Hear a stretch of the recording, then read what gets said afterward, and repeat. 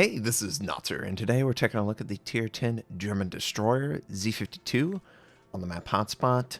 This is a fairly recent game, and I wanted to share my gameplay because, we're still in a very fluid situation with all of the different tweaks. The flood, the radar, the aircraft carrier. So for the DD, there's a lot of things that they still need to consider, and hopefully that this is a good example of that. Now, obviously, we're the Z-52, so I chose to use hydroacoustic. I have the German hydro, and I sent my torps. Unfortunately, hydroacoustic did not spot the enemy, so that tells me the only possible location he could possibly be at is that little bit of a tip where, yeah, just barely outside of my hydro range, and yet that Shimakaze can actually capture the base. Now, hydroacoustic is a great tool regardless of whether you're spotting a ship or not.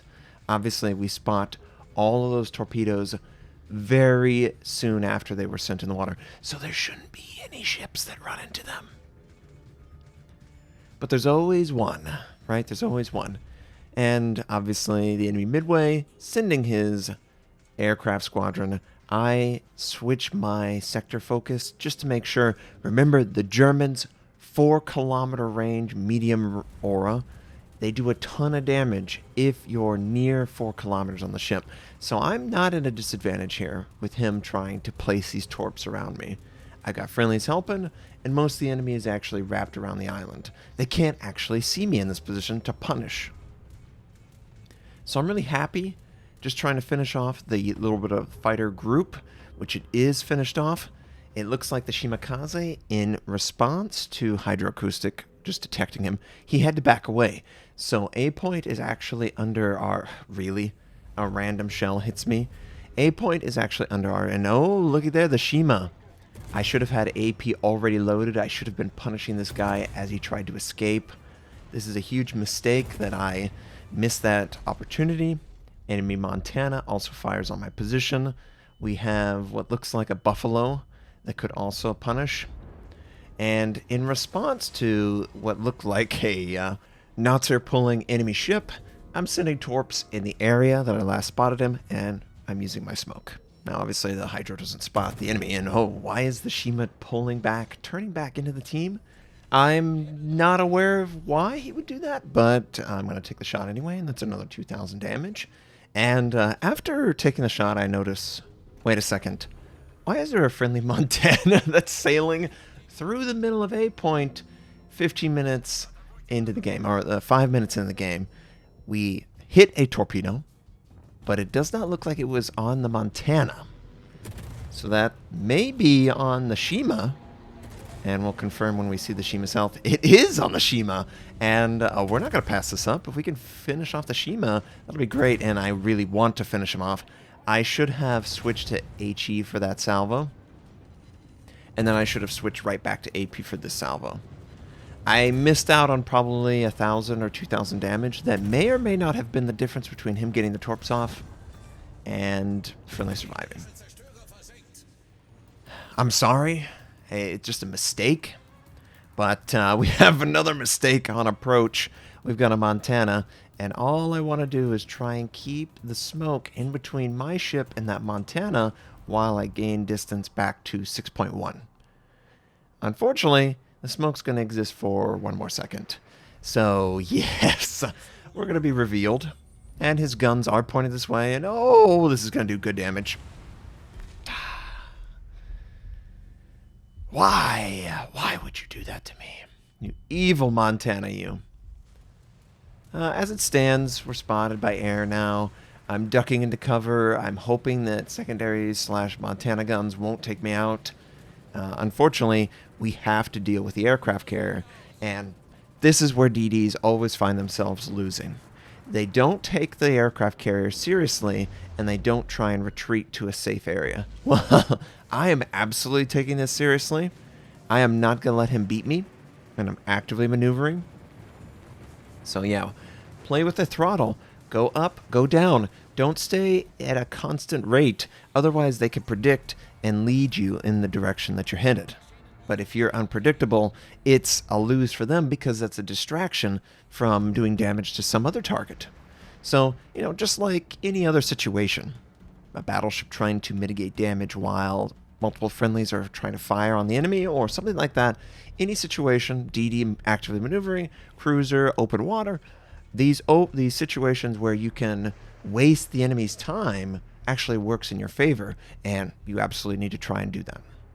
And I was afraid that the enemy was trying to spot me, but look at what we've got. We are in the Thunderstorm M front. I know it's a Thunderstorm front. Wargaming, please fix the font. But this Thunderstorm, if this Thunderstorm exists, it makes the... And I know it's a Thunderstorm. If the Thunderstorm exists, it makes it where the aircraft have a really tough time detecting you. Like, basically, the only way you're detected is if your AA is actually on. So use that to your advantage. Be really frustrating. I turn it on when the enemy flies past. I don't fire my gun. And if you don't fire your gun, and you only use your torpedoes and your AA, you don't bloom out your detection. So when the aircraft carrier and his squadron's flying through you, don't be afraid to turn it on for that little quick tick. Every little bit helps. But then turn it off once he's committed and make him reestablish trying to find you. It's really frustrating for them. And of course he's coming with his dive bomb, his high explosive American dive bomb that's so much better than any attack rocket squadron. Then why would you even bother? But, friendly is also there, so our combined AA actually is pretty good. I also have my smoke, so we can avoid dying.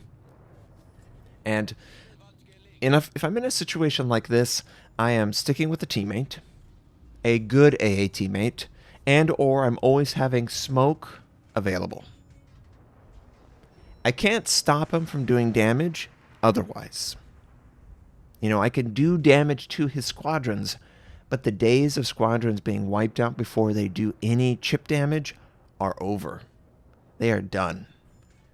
So we're just staying in the middle of the map, deciding on what to do. Do I push forward? It looks like the enemy rapidly tried to push into my teammates on the northeast side.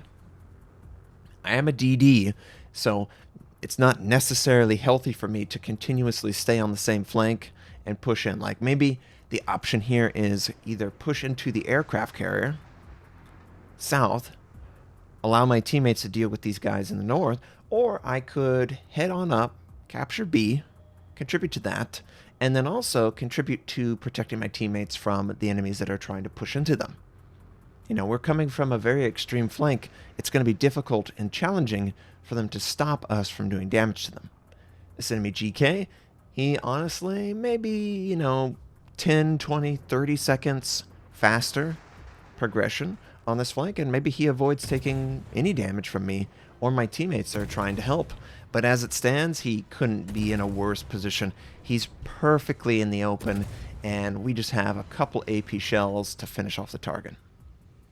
Enemy Cleveland, unfortunately, spotted pretty close. He could radar me in a couple kilometers, and I want to try and keep the island in between my ship and his. But the Kiev is the one that he'll probably be working on. And yep, sure enough, he's got radar. Of course.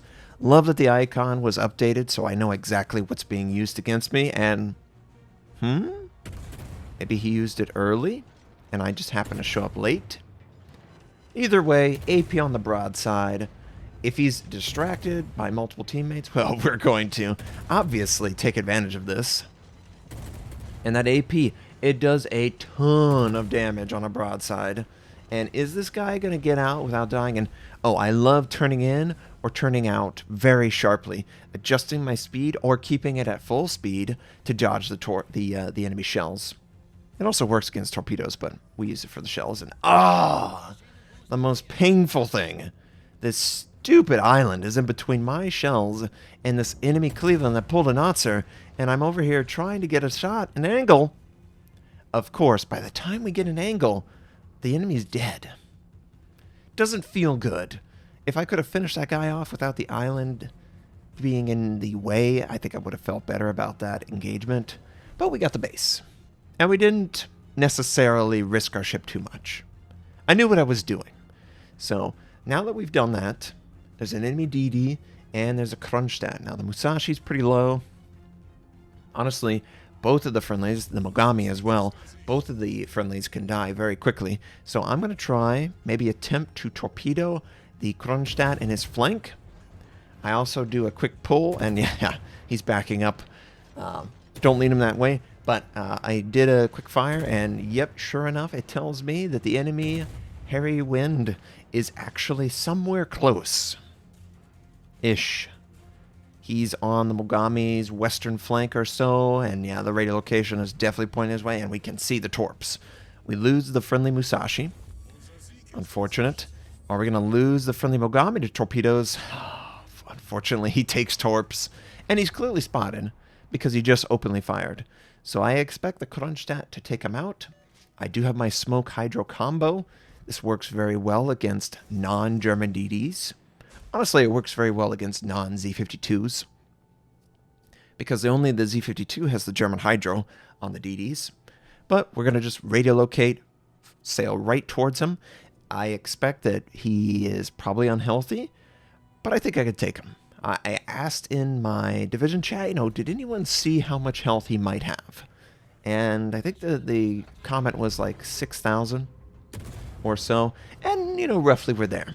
Now, immediately when I'm spotted, I know that he has better concealment than I do, 6-1. So Hydra would immediately spot him. And, of course, it immediately spots him. I use my smoke, and I've got about 1 kilometer to kill him.